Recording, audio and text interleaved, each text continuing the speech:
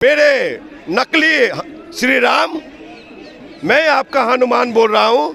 आज आपका ये एफएम रेडियो पे 100वां मन की बात आने वाली है। 100वां मन की बात आने वाली है, तो कम से कम इनकी मन की बात तो कर दो, इस बेटी की दर्द की मन की बात तो कर दो। वो मोदी के हनुमान है, कौन? संघ भाजपा के मानस पुत्र है। कौन?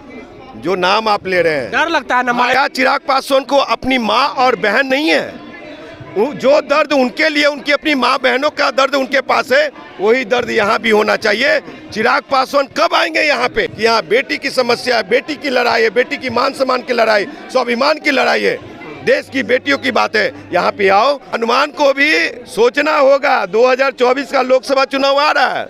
वो पैसे वाला भीड़ नहीं चलेगा, जमीन वाली भीड़ चलेगी। बोनट पे खड़ा होकर के हाथ हिलाने की राजनीति नहीं चलेगी और जय श्री राम नहीं चलेगा। यहाँ पे जय भीम, नमो बुद्धाय। जब जब इस देश पे आपदा आई है, जब जब इस देश पे समस्या आई है, संकट आई है, तो हम बहुजन के लोग, संविधान के मानने वाले लोग ही इस देश की लड़ाई लड़े हैं, इस समस्या की लड़ाई लड़े हैं, इस बेटी की भी लड़ाई लड़ने के लिए हम लोग खड़े हैं। इंजीनियर राजकुमार पासवान है, नाम तो जानते ही होंगे और लगातार चिराग पासवान के समर्थकों के निशाने पर रहते हैं। पर चिराग पासवान यहाँ पर नहीं पहुँचे हैं धरना स्थल पर इंजीनियर राजकुमार पासवान पहुँच गए। चिराग के पासवान से पहले कैसे पहुँच गए आप जी? देखिए, वो मोदी के हनुमान है, कौन? संघ भाजपा के मानस पुत्र है। कौन? जो नाम आप ले रहे हैं, डर लगता है ना भाई चिराग पासवान। तो मनुवादी ब्राह्मणवादी लोग यहाँ कैसे आएंगे?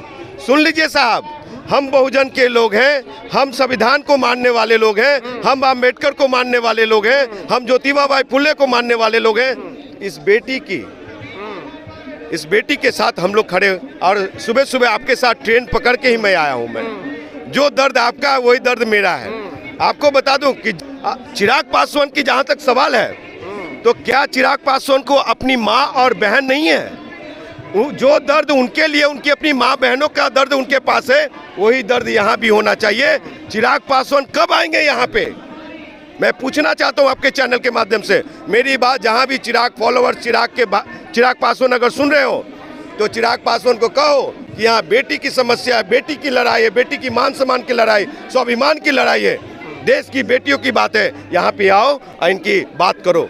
नहीं तो कहो मोदी साहब को कि तो चिराग पासवान सिर्फ ठग की राजनीति नहीं चलेगी, बोनट पे खड़ा होकर के हाथ हिलाने की राजनीति नहीं चलेगी और जय श्री राम नहीं चलेगा। यहाँ पे जय भीम, नमो बुद्धाय और कहते हैं हम जय श्री राम कहाँ बोलते हैं चिराग पासवान? वो भी तो बहुजन है ना, कहते हैं वो भी तो बहुजन है ना। वो बहुजन है कि नहीं? अच्छा, संघ भाजपा के लोग किसको मानते हैं? संघ भाजपा के लोग किसको मानते हैं? वो श्री राम को मानते हैं और वो कहते हैं कि मैं उसके हनुमान हूँ। उनके मानने वाले लोग, तो हनुमान कौन थे समझे? तो हनुमान को भी सोचना होगा, 2024 का लोकसभा चुनाव आ रहा है। वो पैसे वाला भीड़ नहीं चलेगा, जमीन वाली भीड़ चलेगी। जब ईवीएम पे जाके बटन दबाएगा इंजीनियर राजकुमार पासवान के नाम से, पी तो ये चाचा भतीजा दोनों साफ साफ कर दीजिए। बिल्कुल। क्या नाम हुआ सर आपका? राहुल।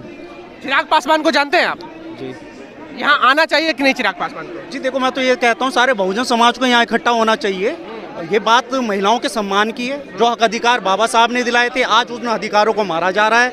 अब बात आज 100वें, आपने जैसे मन की बात की कही, 100वीं मन की बात बोल रहे हैं मोदी जी। मन की बात उनकी मन में ही है और जो इनकी मन की बात है वो उनके समझ में नहीं आ रही। तो मैं कहना मतलब ये है कि मन की बातों को समझना भी चाहिए दूसरे की, अपनी मन की नहीं बोलने से काम चलेगा। ठीक है, आज यहाँ पे महिलाएं बैठी हुई है, उनकी मन की बात कौन समझेगा? दूसरे का मन की बात तो समझते हैं मोदी जी। कौन कह रहा समझ रहे हो? आप समझ रहे होंगे, आप समझ रहे होंगे, वो समझ रहे हैं। समझ रहे हैं तभी तो मन की बात कर रहे हैं। तो जब भी तो हम कह रहे हैं उनकी मन की बात मन में है, अभी तक जनता तक नहीं आई। और बात है जो जनता की मन की आवाज है वो उनकी तक नहीं पहुंच पा रही। एक भी अभी तक बीजेपी के एमपी एमएलए विधायक मंत्री यहाँ पर कोई नहीं आया है।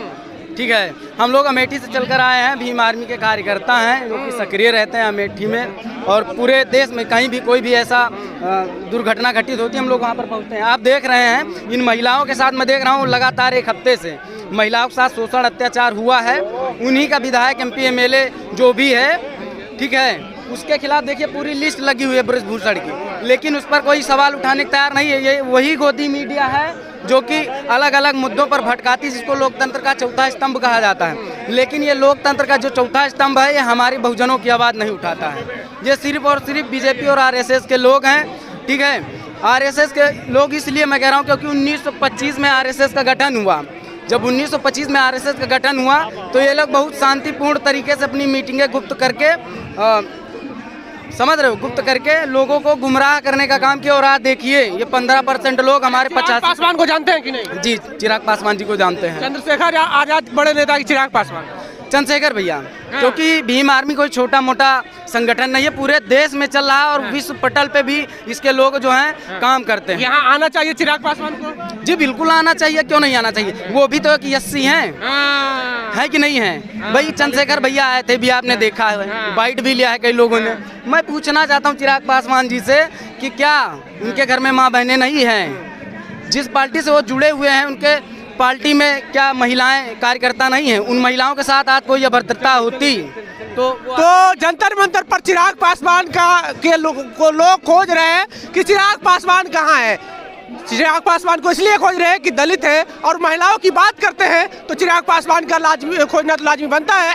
और इंजीनियर राजकुमार पासवान जो है चिराग पासवान से पहले जंतर मंतर पहुंच गए। अब देखने वाली बात यह होगी बिहार की राजनीति में क्या कुछ डेवलप होता है, ये तो आने वाला समय बताएगा। बहरहाल आपको हमारा वीडियो कैसा लगा प्रतिक्रिया कमेंट बॉक्स में जरूर दें। बने रहें जौहर हिंद के साथ। जय भीम, जय भारत।